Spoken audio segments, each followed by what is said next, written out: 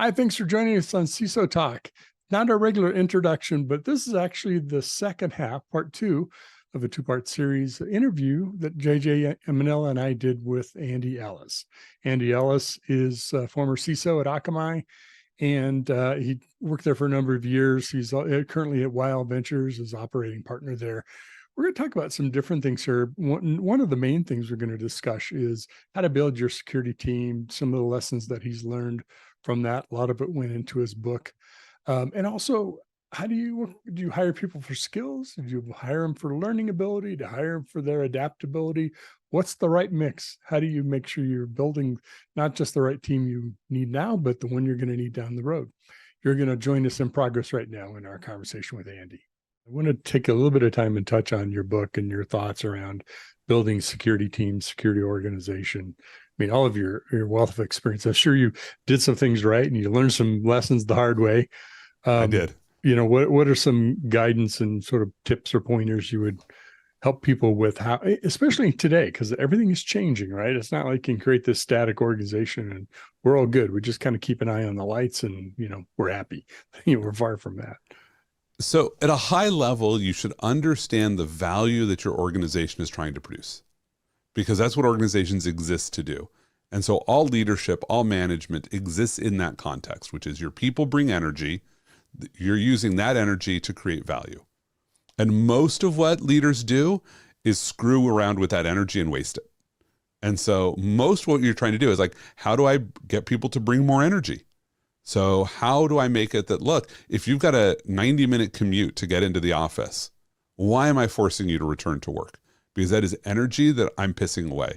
Because you're not just going to give me, 3 hours a day for free. Like that's going to come out of the energy you would have given of doing work.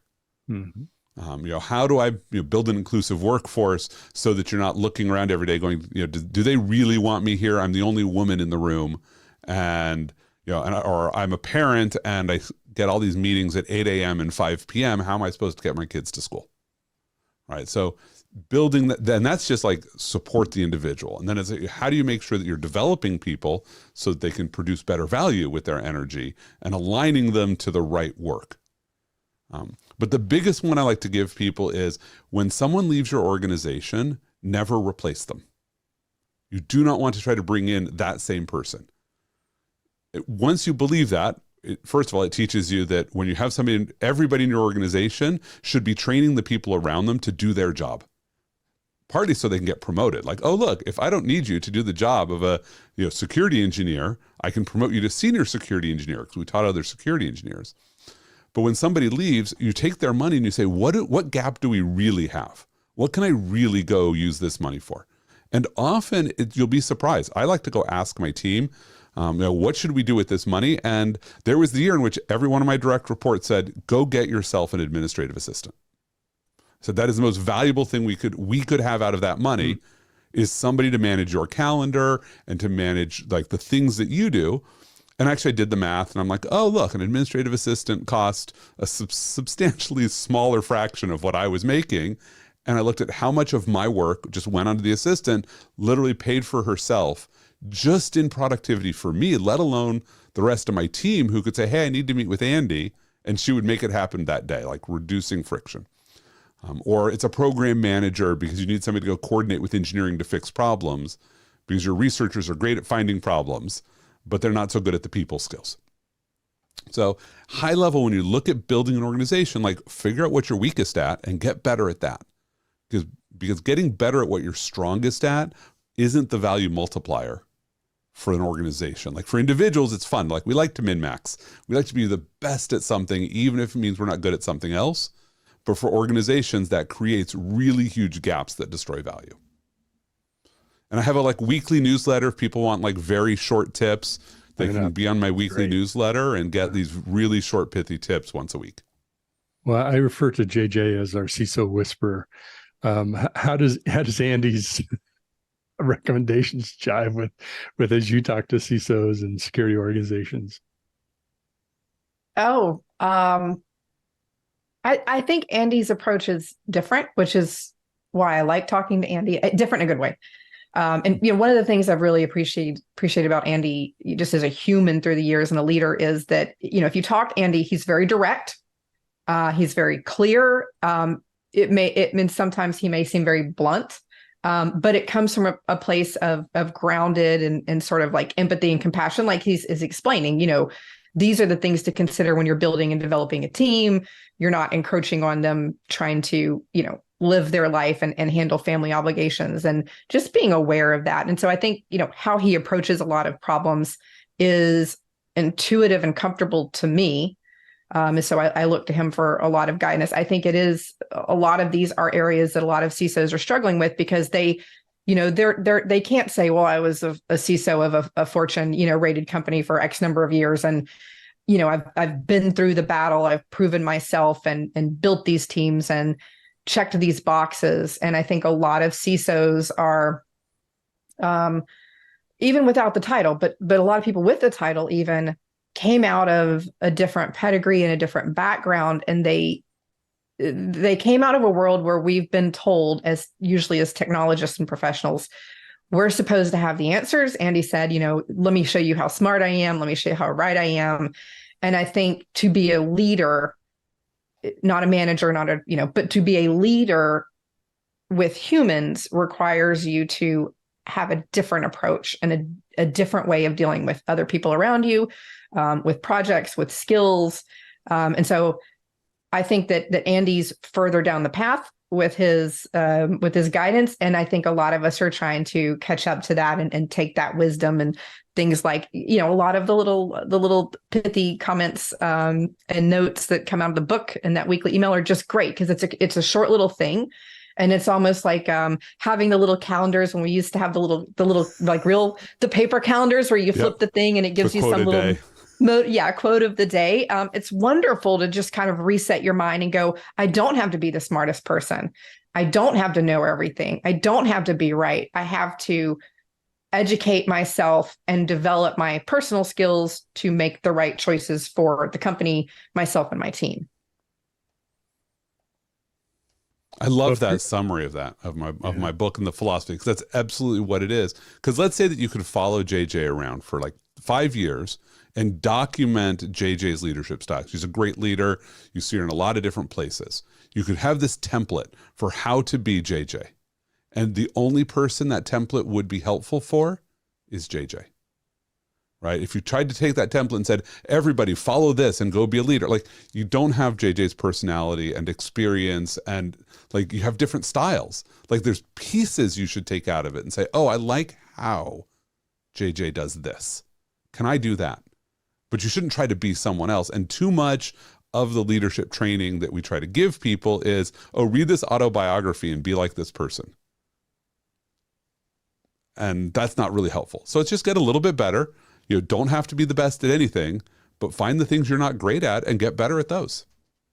I think if you're always the smartest person in the room, you're in the wrong room. You didn't hire well. If that's really truly what your goal is. There are a couple other things I want to run by you, Andy. One is, I think one of the roles of leaders is to, I call it the raise periscope moment, is looking ahead. We kind of know from some experience and wisdom, hopefully we sort of kind of have a sense of these things happen or going to happen potentially.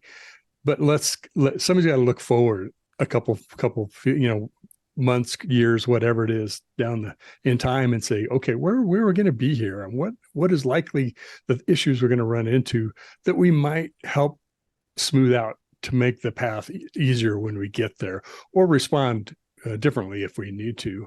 And the other one is not teaching people to be, I want to be X, but helping people understand how to change. Because our environment changes, you may want to be the best at that, XYZ, zero trust architect, blah, blah, blah. 5 years, it may not be that. It may be something else, right? Or we do that differently today. Mm-hmm. And now let's talk about where we really need your skills, because that's changed. So every one of those kind of somebody went away. Is there time to rethink and redesign position, organization, little or large? But change is a big thing. And if you're not preparing for it, your folks are not prepared for it. Yeah. So one of the ways I look at it is that you can try to look into the future, and it's really hard. Like, crystal balls are very muddy. But what you can do is recognize that the future will be different than today, and be ready to recognize the change as it happens. So you don't have to be the best forecaster to be like, oh, the world has just changed. What do I need to do about it? Let's take OpenAI, right? That all of a sudden large language models are a thing, and everybody's like, oh my God, like, and we can use this. And really, all a large language model is computer-based outsourcing. Like, everything you ask OpenAI to do is something you could have outsourced to a human. Now you can outsource it to an AI. And look, I have my slides generated by a company that has low-paid workers in Indonesia, and I have to do a lot of work on the slides when they come back to me. They do great design work, and then I have to tweak them. OpenAI basically lets me do the same thing for content. I can outsource it to somebody who can write lovely 12th grade English, but doesn't have the same insights I do. I've got to do work on it. But if you're sitting when OpenAI becomes a thing and saying, oh, I don't have to worry about this for a while, like, that's the change moment, is when you see the world's about to change and you say, what am I going to do to pave the road? And I hate when people say put up guardrails, because that's what everybody goes to. They say, well, how do I put up guardrails? And the answer is, if you put up guardrails where there isn't a road, it doesn't matter, because people are driving cross country. The first thing you do is pave the road. Then you put up the guardrails. And as security professionals, how are we actually enabling the business by saying, here's how they'll use it? Like, how many people, when they got asked, what should our OpenAI policy be, or talked to their CMO and said, like, here's what OpenAI is good and bad at. Let's ignore leaking of secret data, because the CMO doesn't really care about that yet. But let's talk about brand damage for, oh, we had to OpenAI go write all of our blog posts, but nobody proofread them. Right? No, we have OpenAI, and it's like having 5 outsourced, content writers, but we still need a content manager, and we still need to run them past, content marketing and product marketing to be like, is this the message we want to get across? And then we could say, okay, now that we've done that, when you're going to put out a blog post about something material, you have to think about, like, is this disclosed accidentally because, a week before it became public, you handed your SEC filing to OpenAI, right? But if that's the first conversation you have, people will be like, we would never hand our SEC filing to OpenAI. Like, we all know somebody will. Somebody will do it. Somebody will do it. But first, let's build the road for how to use it before we put up the guardrails. It's a good example because, OpenAI and LLMs, the very large ones like that versus ones that are a little more narrow or domain specific.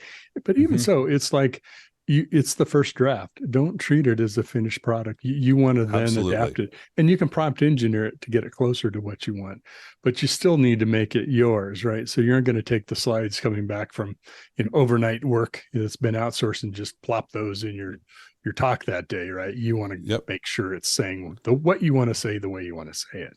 Yeah. And there's a great quote from George Marshall that applies to this whole concept of being ready for change that didn't make my book, but it was I had a list of quotes I was going to put in from other people that almost none of them made the book, but I've got a sheet of them. And it says, keep your wits, and he's giving this to junior officers. He says, keep your wits about you and your eyes open. Keep on working hard. Sooner or later, the opportunity will present itself. And then you must be prepared both tactically and temperamentally to profit by it. Mm-hmm. And so what he's saying is, like, build your skills, have a lot of capabilities, and when that moment comes, you have to recognize it, you have to have the skills to exploit it, and you have to be willing to put in the work, which is drop what I'm doing and go do something else. And what's amazing is people who live this, who do it, get a reputation as being forecasters. Like, people are like, wow, how did you see that change coming? Because you were ready for it. The answer is, because I was ready for everything. Mm-hmm. We had in our disaster response plan at Akamai, we had scenarios for different types of disasters. And one of them was what we called the slow-moving zombie apocalypse. Because we actually cared about outcomes. We didn't care about the scenarios, but we had an auditor who was like, you have to give real scenarios here. And we said, well, what if we had some reason that our building was available, but people couldn't get to it? Our employees were stuck at home, but could work. So it's not like a blizzard where they're stuck at home and they're out shoveling snow. No, they're stuck at home and they're bored. So we called it the slow moving zombie apocalypse. which is they're zombies, they're slow moving, they're not actually a threat to you, but you have to work from home for an extended period of time. And we had a disaster response plan for that. It looked an awful lot like COVID-19. And so there were people like, well, how were you prepared for it? And the answer is, well, like we had just looked at like, how do we have the infrastructure that let people work from home, and how do we make those decisions? Because people have to work from home all the time. Like in New England, in fact, there's one day a year that basically every company, nobody comes into work. The first, bad snowfall of the year, you do not drive. The roads are a disaster. Everybody works from home. Okay, if I'm ready for that, I'm actually ready for COVID as a company. Right? If I say, I want you to be able to work, but if I said, oh, look, I'll just take the day, nobody actually will work. Well, now you're not going to be ready for something like COVID and the lockdowns. I thought you were going to say, like the day after the Patriots won or. Oh, actually, the worst days for productivity in Boston sports is not the Patriots. It was actually the ALCS in 2004 when the Red Sox beat the Yankees the last 4 games because they were down 3-0. Oh, yeah. And games 4 through 7 went to like 13 to 15 innings. So like people were up until 2, 3 a.m. watching these games, and they were the zombies. Like you had to be prepared. So it's days like that where like I had people who were coming in like the first time, like they show up for like a 9 a.m. meeting. And I'm like, why do we not just cancel these meetings? Like, why are we having meetings during playoffs in the morning when we know people are going to be up late? Like, we're not going to get any useful productivity out of you. So let's cancel them. Well, we're running close on time. You mentioned we kind of got into the AI field. Just I would appreciate your thoughts on how do you think AI changes the security world for security people? So I think AI is going to change things. And we have to be careful when we say AI. Like, are we talking about LLMs, NLP, expert systems? There's so many different pieces of AI, but we haven't even gotten to general purpose AI, which is really what I would pay attention to. But I think there's a lot of innovations that have happened that are about accelerating value production. And you can think about open source means that developers aren't writing as much code. They're just inheriting code. But as a security professional, the same amount of code is going out of the door, often with more vulnerabilities because it was written by some rando in Nebraska who might or might not be actually maintaining this anymore. Cloud did the same thing for us. Like, oh, look, we don't have to deploy infrastructure because it's just sitting there for us. Right? DevOps was, oh, let's get rid of, the painful waterfall program. Code is getting out faster. I think we're going to see the same thing with AI, that LLMs let people write code faster, and almost every code writing platform now has an AI assistant to help you with writing code. The faster things get written, the faster they get deployed, the more work there's going to be for security teams. So what about the other side of this, which is that, I've spoken to people, and I think, like everybody else in the world outside of the tech and cybersecurity, we've seen things creeping in. We've seen social media with, facial recognition algorithms to auto tag posts. We've seen things with AR and VR technology in the headsets. But I think I'm just now learning and understanding how far and how trainable some of these are when they're loaded with kind of custom content, if you would. Like they're taught almost like you would teach a student or a professional, and grooming them for a certain kind of role, whether it's offensive or defensive. And so, talking to researchers and hearing how some of them have taken these platforms and Llama and trained them based on capture the flag scenarios and, actual inputs and outputs from that. And, tuned each one for different skill sets, and then almost pit them against each other and building these kind of digital virtual worlds. I'm kind of concerned about how quickly because the whole change thing, which is how fast are we on the defender side going to be able to adjust and use and build these tools against protection against the offensive attackers who are going to be developing them, who have nothing else to do. Right. So I think our goal should be to not be in that job. that I think the model of security as defenders is a losing proposition, because the attack surface we have to defend is growing so fast. And as you just noted, the adversaries have better democratization and scale than we do. Our job needs to be getting out of the role of defense and into the role of safety engineering and working with the developers to do it. Right? You don't want to have a big attack surface. You want a minimized, hardened, strong attack surface, which means we have to change the way software is built and deployed. And it's not that we're trying to cover for it after it's out there. Right? The more security defenses we need to add is just, it's a complexity problem that just points out that we're sort of chasing the wrong thing. Mm-hmm. And so my vision, and it's never going to happen, but that our career field should go away and be just a subset of quality or safety engineering, like, oh, let's help make sure things are going right. When you think about zero trust, and I'm a huge fan of zero trust, and I know the name like kind of exploded, but if you look at like, you know, what Google Beyond Corp did, what we built at Akamai was about changing the attack surface to minimize the things we had to defend. It was not about building better defenses. It was, oh, let's make sure that all authentication is cryptographic, not memory-based passwords. Let's make sure that that authentication is tied into the application and not just the network substrate. Like, let's do all of these things that are good safety engineering. And now we don't have to defend against a whole category of attacks. Like an adversary who's coming after, you know, login isn't going to win, because unless you have the certificate that's on every device, like you can't social engineer a login at that point. So you have to eliminate the avenues of attack. And I don't think we're focused on that enough. Yep, AJ, I think we need to label this part 1 of 10 or something. Do we get Andy back here? I'll happily come back. We'd love to have you back. I wish we had another hour to keep going, but yeah, it'll be fun. And things will have changed by then too. Absolutely. It'll be I'll say that last Andy you had was completely wrong, and here's the new way to do it. Yeah, we have some updates. It's the second edition of the book, the Andy book. So, well, Andy, thanks so much. Where can folks follow your newsletter, your daily email, that kind of thing? Yep. So easiest place is go find me. I'm CSO Andy, whether that's LinkedIn or Twitter or Instagram, Mastodon, Blue Sky, you name it. I'm pretty much everywhere. I'll admit I don't post on all of those fringe networks that often. My newsletter, it's both on LinkedIn and on Substack. And it's duhaone, duhaone.substack.com. You can subscribe to the newsletter, but I do post it every Monday morning on Twitter. Like, it comes out and then I retweet it, so you can always just wait for that and then follow it. And of course, you can find my book everywhere you buy books, or you can get the electronic version or the audiobook, which I read. So if you've enjoyed listening to my voice, nice. Maybe you get the audiobook.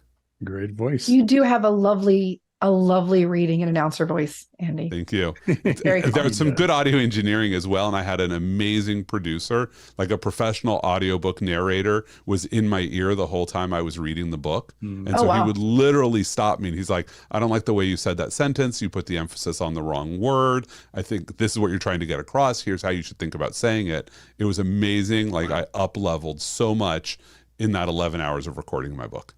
Oh, wow. Well, and Mitch, I think on a subsequent, we'll have to have Andy back soon and look at his in-home studio, which is pretty impressive as well. Okay, I'm all game for. Yeah, I've got a whole green screen studio about 10 feet behind me over here that I can do video recordings in. Sounds wonderful. Yes, Very a show and tell on gear. Yep. Well, thanks again, Andy. JJ, always fascinating and fun.